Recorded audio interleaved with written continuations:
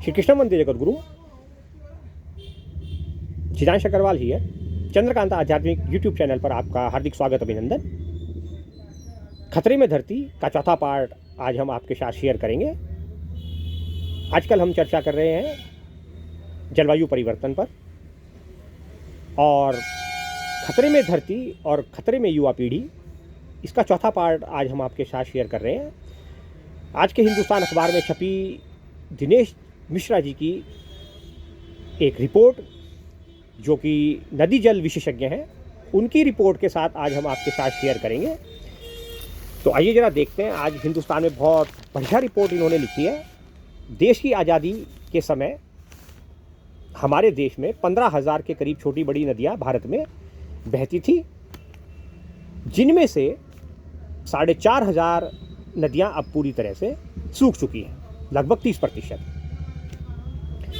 इन 4,500 नदियों में केवल बारिश के दिनों में थोड़ा बहुत पानी बहता है, और ये बमुश्किल से 1 या 2 महीने के लिए जीवित रहती हैं। अन्यथा 10 महीने ये लगभग सूखी रहती हैं, अर्थात मृत प्राय रहती हैं। उत्तर भारत के राज्यों में अभी ठंड पड़ रही है। अभी हमने और आपने अभी गर्म कपड़े पहन ही रखे हैं, पर दिन में गर्मी अपना असर दिखाने लगी है। अनेक पोखर, झील, नदियों से पानी रूठने लगा है। अभी 2 दिन पहले भी हिंदुस्तान अखबार में एक रिपोर्ट छपी थी उत्तराखंड की, जिसमें साफ साफ यह बताया गया था कि नैनीताल जैसी झीलों में भी जो जल का स्तर है वह लगभग 2 फुट से 11 फुट, अर्थात लगभग 3 मीटर तक नीचे जा चुका है। सरकारी प्रयासों के बावजूद जल के स्रोतों के सूखने में जो तेजी आई है, आखिर ऐसा क्यों हो रहा है और इसका समाधान क्या है, उनकी इस रिपोर्ट के साथ साथ मैं आपको, जो मैंने गूगल से सर्च किया है, रियलिटी चेक और फैक्ट चेक की है, वह मैं आपको एडिट करके बताऊंगा अखबार में छपी हुई इस रिपोर्ट के साथ। वो लिखते हैं, साहब, जल स्रोतों के सूखने का सबसे बड़ा कारण भूजल में आई कमी है। अब ये भूजल में कमी क्यों आई? ये भूजल में कमी आई है अंधाधुंध जंगलों के विनाश से और मांसाहार को बढ़ावा देने के कारण। मांसाहार को बढ़ावा देने के कारण क्यों? ऐसा मैं क्यों कह रहा हूं? आपको ब्राज़ील के उदाहरण से इसको समझाता हूं। ब्राज़ील में हर महीने लगभग 1 फुटबॉल के मैदान के बराबर जंगलों को नष्ट किया जाता है, जानवरों की खेती करने के लिए, अन्न उगाने के लिए। फिर से समझिए, 1 फुटबॉल के मैदान के बराबर, 1 फुटबॉल का मैदान होता है 40 लाख हेक्टेयर का, उसके बराबर जंगलों को नष्ट करके पशुओं के लिए खेती करने के लिए जो अन्न उगाया जाता है, उसके लिए 40 लाख हेक्टेयर जंगल को काटा जाता है। सबसे बड़ी दुखद बात यह है कि जो आज की युवा पीढ़ी है वह इंजीनियर और डॉक्टर तो बनना चाहती है, वह फिजिक्स पढ़ती है, केमिस्ट्री पढ़ती है, बायोलॉजी पढ़ती है, सोशल साइंस पढ़ती है, किंतु स्पिरिचुअलिटी नहीं पढ़ती। भौतिकी में इन स्टूडेंट्स को पढ़ना पड़ता है यूनिवर्स, अर्थात ब्रह्मांड, और ये जो हमारी अर्थ है, पृथ्वी, इस पर जो साधन उपलब्ध हैं, प्राकृतिक स्रोत, यानी प्राकृतिक स्रोतों में शामिल है पदार्थ, मटेरियल, और ऊर्जा अर्थात एनर्जी, इनका ये अध्ययन करते हैं। केमिस्ट्री साइंस की दूसरी महत्वपूर्ण शाखा है। इसमें उन मटेरियल्स के संगठन, संरचना, संगठन, विघटन और उनके गुणों और उन पर होने वाले रासायनिक प्रतिक्रियाओं का अध्ययन और उसके दौरान होने वाले उन परिवर्तनों का अध्ययन किया जाता है। इसको केमिस्ट्री कहते हैं। बायोलॉजी को कहते हैं जीव विज्ञान। बायोलॉजी में होता है साहब, इसकी दो शाखाएं होती हैं, दो शाखाओं में इसको बांटा जाता है। एक जूलॉजी में जिसको जंतु विज्ञान कहते हैं, इसमें भी दो प्रकार के जीवों का अध्ययन किया जाता है, जीवित यानी कि मनुष्य यानी कि प्राणी विज्ञान, और जंतु अर्थात जानवरों का विज्ञान। और दूसरी इसकी शाखा होती है सब बॉटनी, जिसमें वनस्पति विज्ञान, पेड़ पौधों का और भी न जाने कितनी उनका प्राकृतिक संरचनाओं का अध्ययन इसमें किया जाता है। डॉक्टर बनना है तो फिजिक्स केमिस्ट्री बायोलॉजी पढ़नी पड़ती है, और इंजीनियर बनना है तो फिजिक्स केमिस्ट्री मैथ पढ़नी पड़ती है। मैथ में के फार्मूले अक्सर आपको फिजिक्स में भी मिलेंगे। और सोशल स्टडी आपको इसलिए पढ़नी पड़ती है उसमें, क्योंकि इसमें मानवीय गतिविधियों का जो व्यवहार है उसका अध्ययन किया जाता है विज्ञान में की शाखाओं के साथ। ये सोशल स्टडी होती है, सोशल साइंस होती है। लेकिन सबसे बड़ी दिक्कत जो होती है वो यहाँ पर होती है कि विज्ञान के साथ आपके संबंधों का कोई विज्ञान नहीं है, फिलहाल मौजूद कोई विज्ञान मौजूद नहीं है। फिर से सुनिए, विज्ञान के साथ, साइंस के साथ जो आपका संबंध होना चाहिए पर्सनल, यानी कि आपकी जो कॉन्शियसनेस है उसका जो सेंटर है वो यहाँ पर है। कॉन्शियसनेस के सेंटर का साइंस के साथ जो संबंध होना चाहिए, जो रिलेशन होना चाहिए, उसके लिए कोई साइंस नहीं है। लेकिन उसके लिए हमारे संतों, ऋषियों, मुनियों ने जो बहुत ही अद्भुत और उच्च कोटि के प्रकृति प्रेमी थे, उन्होंने जो अध्ययन करके हमें सामग्री उपलब्ध कराई जिसको अध्यात्म कहते हैं, वह पढ़ना पड़ता है। वह आपको विज्ञान के साथ आपके संबंधों को बता देता है पूरी तरह से, जिसको आत्मज्ञान भी कहते हैं, स्पिरिचुअलिटी भी कहते हैं। अब धरती क्यों खतरे में आ गई और युवा पीढ़ी क्यों खतरे में है? क्योंकि विज्ञान की तरक्की के साथ साथ आपने इस भौतिक जगत में विज्ञान की तरक्की से आपने अनेक सुख सुविधाओं, साधनों को तो संचित किया है, प्राप्त किया है, लेकिन इनके साथ क्या व्यवहार आपको रखना है, ऐसा कोई विज्ञान आपने नहीं सीखा। और विज्ञान में ऐसी कोई शाखा भी नहीं है, क्योंकि जो आपको विज्ञान और तकनीक के माध्यम से प्राप्त हुए सुख सुविधाओं, भोगों, उपभोग के साथ आपके संबंधों के विज्ञान को परिभाषित कर सके, ऐसी कोई शाखा विज्ञान में नहीं है, साइंस में फिलहाल नहीं है। लेकिन हमारे ऋषि मुनियों ने जो हमें दिया है, जिसको हम वेदांत कहते हैं, वेदों का जो सर्वोच्च शिखर है, भगवान श्री कृष्ण की जो वाणी है, जिसको हम श्रीमद् भगवत गीता कहते हैं, वह वेदांत का सर्वोच्च शिखर है। और आध्यात्मिक जगत का सर्वोच्च शास्त्र श्रीमद् भगवत गीता है। उसका अध्ययन आपको करना पड़ता है और सीखना पड़ता है विज्ञान के साथ अपने संबंधों को समझने के लिए। तो विज्ञान की सहायता से आपने जितने सुख सुविधाओं का संचय किया है, उपभोग की वस्तुओं को प्राप्त किया है, दुर्भाग्य यह है कि मनुष्य ने उससे भी कहीं ज़्यादा, तकरीबन 100 गुना ज़्यादा, अभी हमारे पास सिर्फ एक पृथ्वी है जिस पर जीवन है, लेकिन मनुष्य ने इन विज्ञान और तकनीक की सहायता से 100 गुना ज़्यादा मौत का सामान एक पृथ्वी पर भी इकट्ठा कर लिया है। ये सबसे बड़ा दुर्भाग्य है।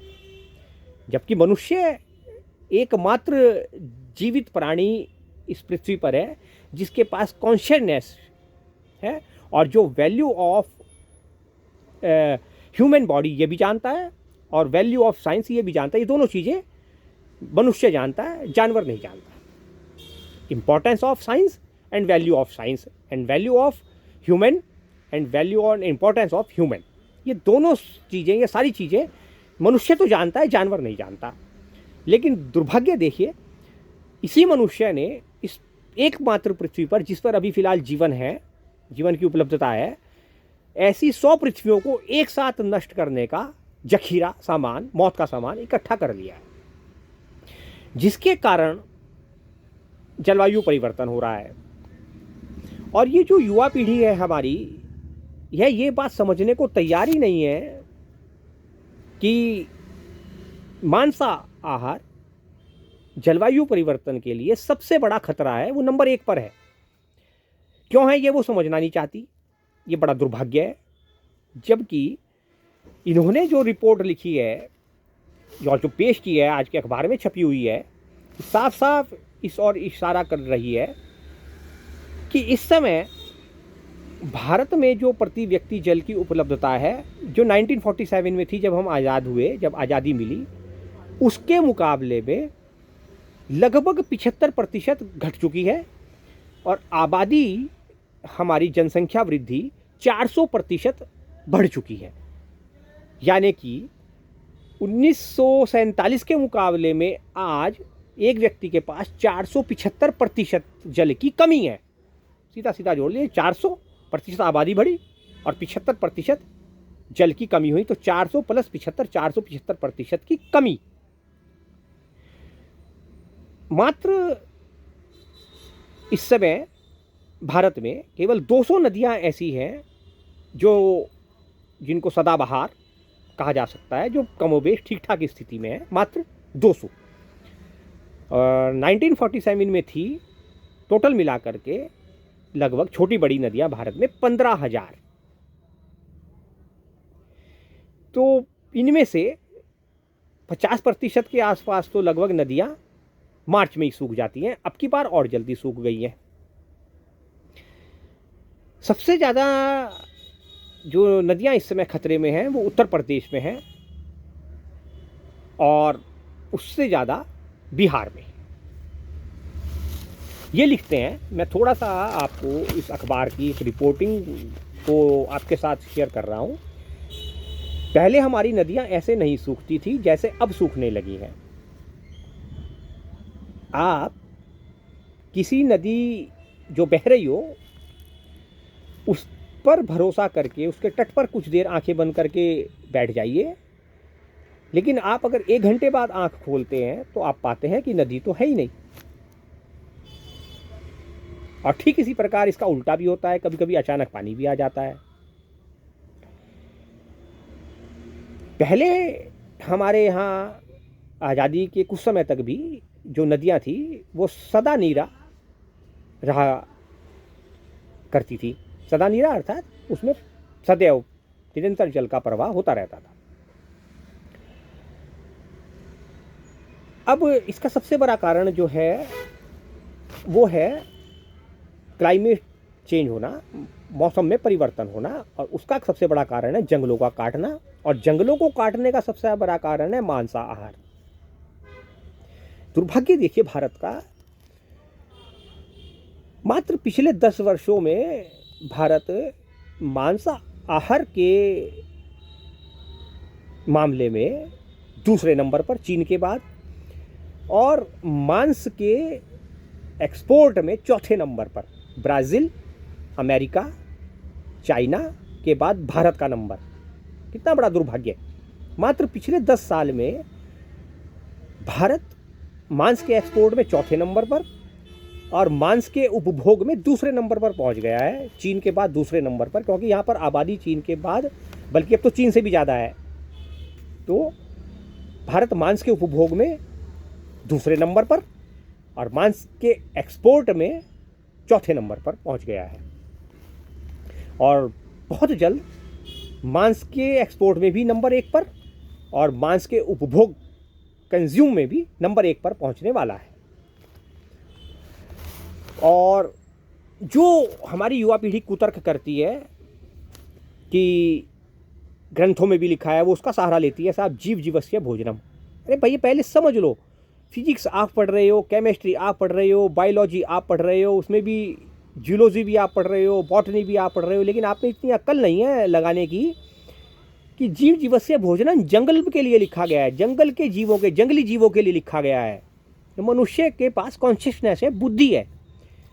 ये सिर्फ मनुष्य को प्रदान की है ईश्वर ने, जानवरों को नहीं प्रदान की है। वहाँ पर सिर्फ उतनी ही है कि वो अपना काम चला सके, अपनी संतान की वृद्धि कर सके, संतानोत्पत्ति कर सके, अर्थात सेक्स कर सके और खा पी सके। ये सिर्फ जानवरों के पास होता है, इतना। ये काम उनको प्रकृति ने दिया है, लेकिन मनुष्य को इसके साथ साथ बुद्धि दी है, जिसका उपयोग करके वो पूरी मानव जाति को और प्रकृति को भी बचा सकता है। जब आप 1 किलो मांस प्राप्त करते हैं, वो सिर्फ आपको 1 किलो मांस ऐसे ही नहीं मिलता। 1 किलो मांस प्राप्त करने के लिए आप जिस जानवर को भोजन कराते हैं, उसका भोजन है प्रकृति से मिला हुआ।